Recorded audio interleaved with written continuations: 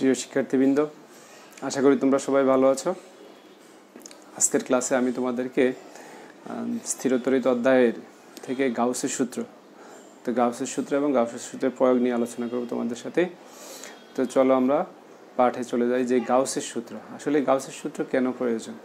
তোমরা জানো আমরা আগে কুলম্বের সূত্র পড়লাম। তাহলে কুলম্বের সূত্র থেকেও আমরা কি করি, তড়িৎ এবং প্রাবল্য বের করতে পারি। তড়িৎ ক্ষেত্রের প্রাবল্য, বিভব, এই সমস্ত বিষয়গুলো আমরা এখান থেকে বের করেছিলাম।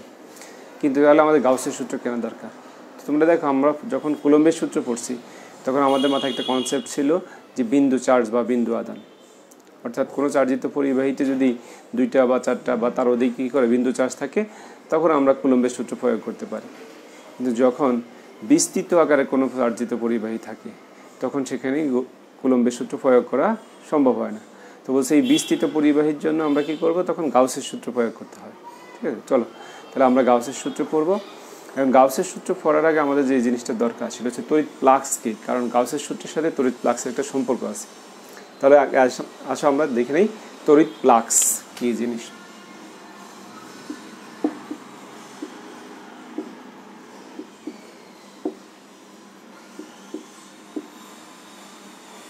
তড়িৎ ফ্লাক্স কি? হ্যাঁ, তড়িৎ ফ্লাক্স বা তড়িৎ ক্ষেত্রের ফ্লাক্স।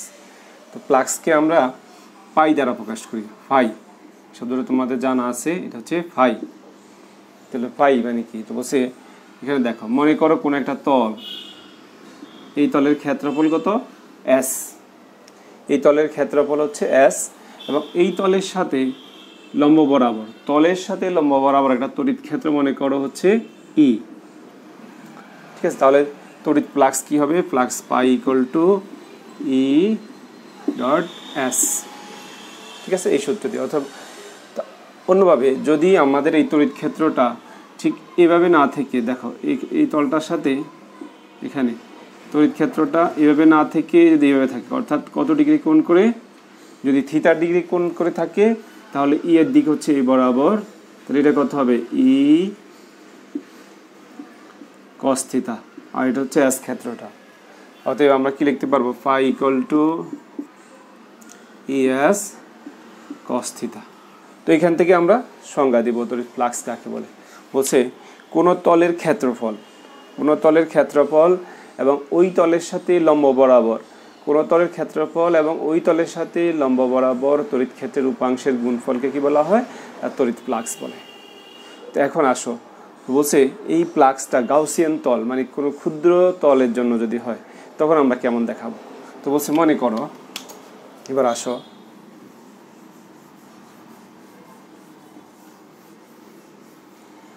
মনে করো এরকম একটা পরিবাহীর ক্ষুদ্র একটা অংশ, এই ক্ষুদ্র, এটা হচ্ছে ডিএস ক্ষেত্র, এটাকে আমরা গাউসিয়ান তল বলি। এই গাউসিয়ান তলের মধ্যে একটা তড়িৎ ক্ষেত্র মনে করো এভাবে আছে, কত ডিগ্রি কোণে? থিটা ডিগ্রি কোণে। তাহলে এই বরাবর উপাংশ তার কত হবে? E cos theta. তাহলে এখন দেখো, তাহলে d phi equal to E ds into cos theta. আর ক্ষুদ্র ক্ষেত্র ডিএস ক্ষেত্রের জন্য তড়িৎ ফ্লাক্স কত হবে? D phi equal to E ds cos theta. তাহলে আমরা এটাকে লিখতে পারি যে phi equal to close integration of E ds cos theta. এটা হচ্ছে আবদ্ধ ক্ষেত্রের সমাকলন। এখন দেখো এই সমীকরণটা দিয়ে আমরা কি করলাম, যে কোনো একটা আবদ্ধ ক্ষেত্রের জন্য, আবদ্ধ তলের জন্য আমরা কি করব, যে তড়িৎ ফ্লাক্সটা হিসাব করতে পারবো। তো এখন আমরা এখান থেকে গাউসের সূত্রটা লিখি। গাউসের সূত্রটা কি?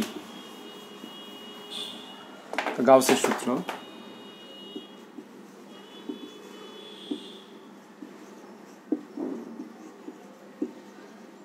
দেখো ম্যাথমেটিক্যালি আমরা লিখি, তাই এখান থেকে সংজ্ঞা দিতে পারবো যে close integration epsilon naught phi equal to Q. তো আমরা কিছুক্ষণ আগে পড়লাম এই ফাই হচ্ছে কি? তড়িৎ ফ্লাক্স। তাহলে কোনো আবদ্ধ তলের, বা আমরা বলছিলাম এই গাউসিয়ান তল ডি ফাই, যে কোনো আবদ্ধ ক্ষেত্রের তড়িৎ ফ্লাক্সের এপসাইলন নট গুণ, আবদ্ধ ক্ষেত্রে তড়িৎ ফ্লাক্সের এপসাইলন নট গুণ ওই ক্ষেত্রের মোট আদান সংখ্যার সমান। এটাই গাউসের সূত্র। কোনো আবদ্ধ তলে তড়িৎ ফ্লাক্সের এপসাইলন নট গুণ ওই ক্ষেত্রের মোট আদান সংখ্যার সমান, মানে এই ক্ষেত্রের মধ্যে কতটুকু আদান আছে কিউ আদান তার সমান হবে। তো এটাকে আমরা লিখতে পারি, বা দেখো ফাই কিছুক্ষণ আগে লিখলাম না, phi equal to close integration of E DS equal to কত হবে, কস থিটা ইকুয়াল টু হচ্ছে কিউ। এটাই ঠিকই গাউসের সূত্রটা, যে কোনো আবদ্ধ তল বরাবর বা আবদ্ধ ক্ষেত্রের জন্য তড়িৎ ফ্লাক্সের এপসাইলন নট গুণ হবে ওই ক্ষেত্রের মোট আদান সংখ্যা সমান। তো এখন আসো এখানে এই গাউসের সূত্রটা আমরা আগেই বলছিলাম যে বিস্তৃত পরিবাহীর ক্ষেত্রে প্রযোজ্য হবে। তো বিন্দু চার্জের জন্য যেমন কুলম্বের সূত্র প্রযোজ্য হয়, বিস্তৃত পরিবাহীর ক্ষেত্রে কুলম্বের সূত্র প্রযোজ্য হয় না, সুতরাং গাউসের সূত্র প্রয়োগ করতে হবে। তাহলে আমরা এখন গাউসের সূত্রের দিয়ে একটা প্রয়োগ একটু বের করে দেখি কীরকম হবে। হ্যাঁ, চলো আমরা দেখি।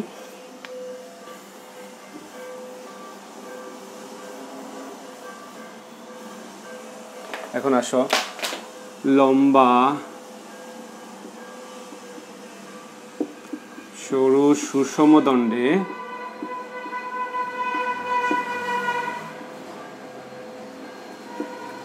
ঠিক আছে, লম্বা একটা মনে করো এরকম একটা লম্বা সরু সুষম চার্জিত পরিবাহী দণ্ড আছে, যার মধ্যে কি আছে প্লাস অনেকগুলো চার্জ আছে।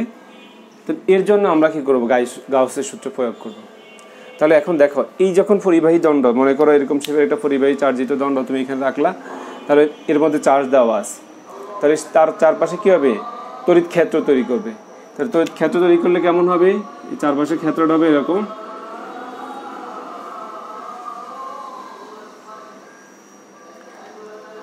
ধরে নিই এটা একটা এল দৈর্ঘ্যের সিলিন্ডার তৈরি হলো, সিলিন্ডার আকৃতির ক্ষেত্র। তো যদি সিলিন্ডার আকৃতির ক্ষেত্র হয়, দেখো তার এই একটা পৃষ্ঠ আছে, তাহলে এখানে একটা গাউসিয়ান তল আছে, এটা হচ্ছে ডিএস, এখানে একটা গাউসিয়ান তল সৃষ্টি হবে, এটা হচ্ছে ডিএস, এখানে একটা গাউসিয়ান তল সৃষ্টি হবে, এটা হচ্ছে ডিএস। দেখো আমি আঁকলাম, মনে করো এরকম স্যাপটা একটা সিলিন্ডার, তাহলে কি হবে এরকম সিলিন্ডার হলে এই নিচের তল আছে, এই তলটা হচ্ছে ডিএস, উপরে পৃষ্ঠে একটা তল, তাহলে এইটার দিক হচ্ছে এদিক, এই পৃষ্ঠে একটা তল হবে, তাহলে তার দিক হচ্ছে এদিক বরাবর। তাহলে এখন দেখো ওই গাউসিয়ান তলে কি আছে, একটা চার্জ আছে। কেমন চার্জ আমরা আগেই পড়ে নিয়েছিলাম আগের ক্লাসগুলোতে, যে যেই বিন্দুর আমরা প্রাবল্য হিসাব করবো, যেহেতু আমরা এখানে কি করব, সুষম দণ্ডের ক্ষেত্রে আমরা তড়িৎ প্রাবল্য হিসাব করব, মূলত প্রাবল্য,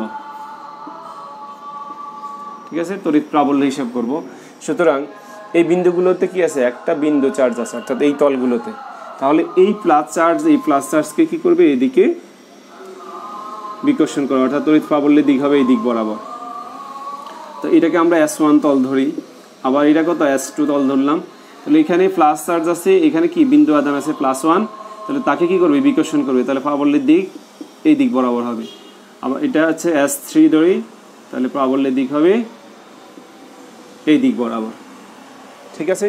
তো এখন দেখো এই দুইটা ডিএস ক্ষেত্র এবং প্রাবল্য পরস্পর 90 ডিগ্রি, এখানে ডিএস ক্ষেত্র এবং প্রাবল্য পরস্পর 90 ডিগ্রি, এখানে ডিএস ক্ষেত্র এবং প্রাবল্য পরস্পর কত 0 ডিগ্রি। তাহলে আমরা এই তিনটা ক্ষেত্রের জন্য গাউসের সূত্র প্রয়োগ করব। তাহলে 0 EDS cos কত ডিগ্রি আসবে, cos ধরি এটা S1 theta plus epsilon naught close integration of EDS S2 সরাসরি বসাই আমি, এটা হচ্ছে 90 ডিগ্রি, S2 তলের জন্য এটা হচ্ছে 0 degree plus epsilon naught close integration of S3 EDS cos কত ডিগ্রি 90 ডিগ্রি ইকুয়াল টু হচ্ছে মোট আদান সংখ্যা কিউ, ঠিক আছে। তো এখন দেখো বা কিন্তু আমরা কিছুক্ষণ আগেই বললাম যে যখন cos 90 ডিগ্রির জন্য এটা কত আসবে, 0 আসবে। তাহলে এই ক্ষেত্রে প্রাবল্য কত 0 প্লাস S2 তলের জন্য epsilon naught close integration of EDS, কারণ cos 0 ডিগ্রি মান 1, আর এই অংশের প্রাবল্য S3, এই অংশের প্রাবল্য কত আসবে 0 ইকুয়াল টু হচ্ছে কিউ। তাহলে এখন দেখো, তাহলে epsilon naught close integration of EDS equal to হচ্ছে কিউ। কিন্তু এখন এই অংশটা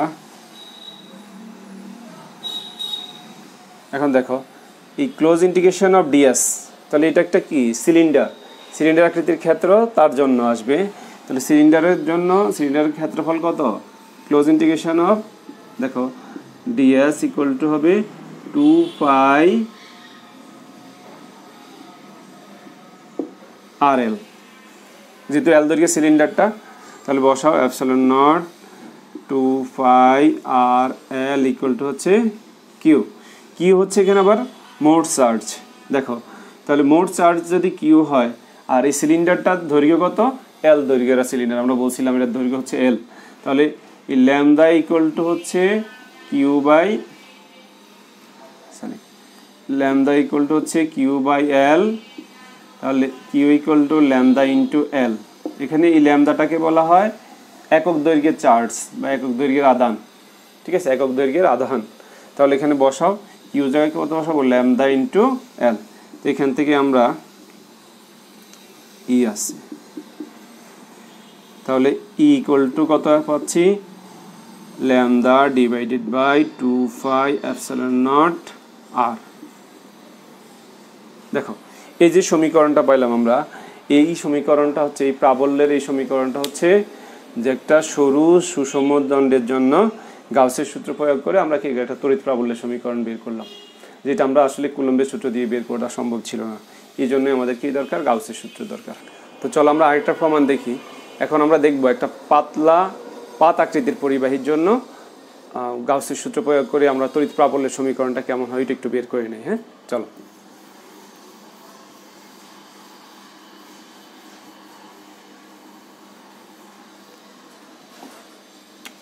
তাহলে কিভাবে বললাম যে পাতলা পাত আকৃতির পরিবাহী,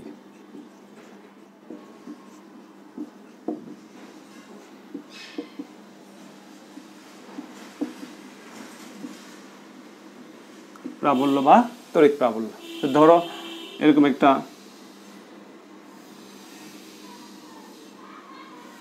পাতলা পাত আকৃতির একটা পরিবাহী আছে, এর মধ্যে কি আছে অনেকগুলো চার্জ আধান দেওয়া আছে। আধানগুলোর জন্য আমরা এখন কি করব, এই পরিবাহীটা তড়িৎ প্রাবল্যের সমীকরণটা হিসেব করব। তো দেখো তো ঠিক আগের মতোই যে এই তড়িৎ এরকম একটা তুমি যদি চ্যাপ্টা পাতলা পরিবাহী পাত রাখো তাহলে তার চারপাশে কী হবে, সেরকম গাউসিয়ান ক্ষেত্র তৈরি করবে। তো কেমন ক্ষেত্র হবে, ক্ষেত্রটা হচ্ছে এরকম হবে, এরকম একটা সিলিন্ডার আকৃতির ক্ষেত্র। ঠিক এই পাশেও সে কী করবে, এরকম একটা ক্ষেত্র তৈরি করবে। এটা হচ্ছে গাউসিয়ান তল, ঠিক আছে।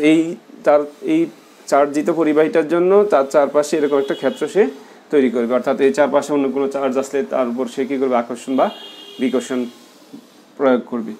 তো এখন দেখো তাহলে তার এই জন্য এখানে একটা তল হবে, গাউসিয়ান তল। মনে করো এটা একটা S1 ক্ষেত্র, তাহলে এই ক্ষেত্রের দিক কোন দিকে হবে, এটা হচ্ছে ডিএস বাহিরের দিকে, আর এখানে যেহেতু প্লাস চার্জ আছে তাহলে তার প্রাবল্যের দিকে কি হবে, একই দিক বরাবর, ঠিক আছে। এখন আসো তো এই পৃষ্ঠের জন্য এখানে একটা তল আছে, তার এটাকে আমরা ধরলাম S2 তল। তাহলে এর ডিএস এর দিক হবে কোন দিকে, এরকম বাহিরের দিকে তল, অর্থাৎ এই একটা খালি পৃষ্ঠটা এরকম, এর উপরে পৃষ্ঠটা, তাহলে তার দিক হচ্ছে এদিক বা এদিক, যে কোনো দিক বা এদিক। তাহলে তার প্রাবল্যের দিক কিন্তু হবে এই বরাবর, প্রাবল্য হচ্ছে এই দিক বরাবর, ওকে।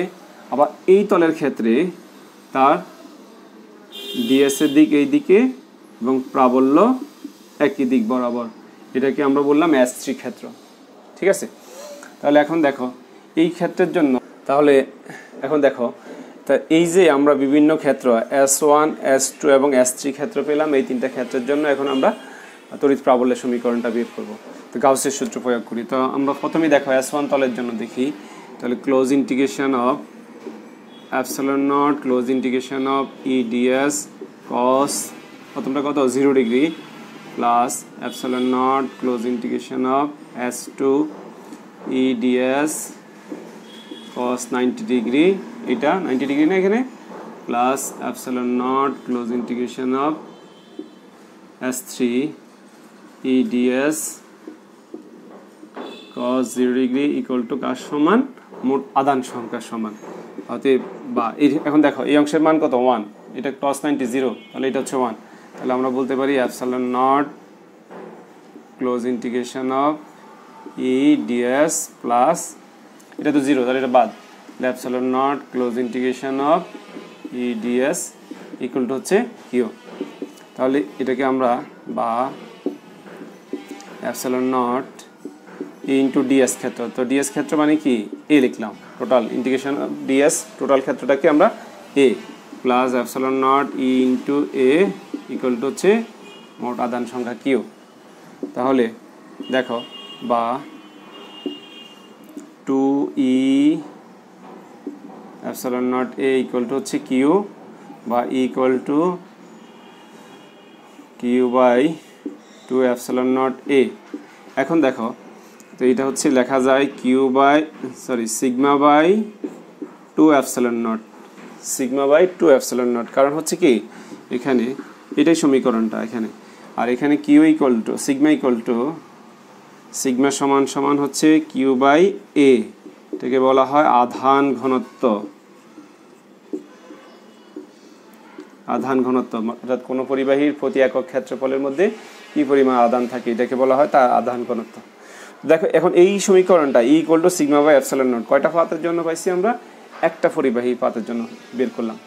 এখন যদি ঠিক এরকম মনে করো দুইটা সমান্তরাল পরিবাহী পাত থাকে, একটা পরিবাহী পাত একটা পরিবাহী পাত, ঠিক আছে, ধরো এটার মধ্যে প্লাস চার্জ আছে আর এটার মধ্যে মাইনাস চার্জ আছে, তাহলে এর মধ্যে কি হবে একটা এরকম বলরেখা বের হয়ে যাবে। আর এই যে সমান্তরাল দুইটা, এই পাতটার মতো দুইটা সমান্তরাল পরিবাহী পাত, তো তার জন্য গাউসের সূত্র যদি প্রয়োগ করি তখন কেমন হবে, তখন আমরা দেখো একটা পাতের জন্য আমরা বের করছি E1 প্লাস জাস্ট E2 হবে, তাহলে E1 সমান সমান কত ছিল sigma by 2 epsilon naught plus E2 এর জন্য কত হবে একই রকম ভাবে সিগমা বাই 2 এপসাইলন নট। তো এটাকে যদি আমরা বের করি তাহলে 2 সিগমা বাই 2 এপসাইলন নট মানে কি সিগমা বাই এপসাইলন নট ই, হচ্ছে দুইটা সমান্তরাল পরিবাহী পাতের জন্য তড়িৎ প্রাবল্য। এইভাবে আমরা কি করতে পারবো গাউসের সূত্র প্রয়োগ করে যে কোনো পরিবাহীর জন্য কি করতে পারবো, বিস্তৃত পরিবাহীর জন্য, যে কোনো বিস্তৃত পরিবাহী যেখানে অনেকগুলো চার্জ থাকবে, অর্থাৎ বিন্দু চার্জ না, দুইটা চার্জ না, অনেক বেশি চার্জ থাকবে, বেশি পরিমাণ আধান থাকবে, তখন আমরা কি করব এই গাউসের সূত্র প্রয়োগ করব। তো প্রিয় শিক্ষার্থীবৃন্দ, আজকের ক্লাস এই পর্যন্তই। তোমাদের সবাইকে ধন্যবাদ, তোমরা সবাই ভালো থাকো, সুস্থ থাকো।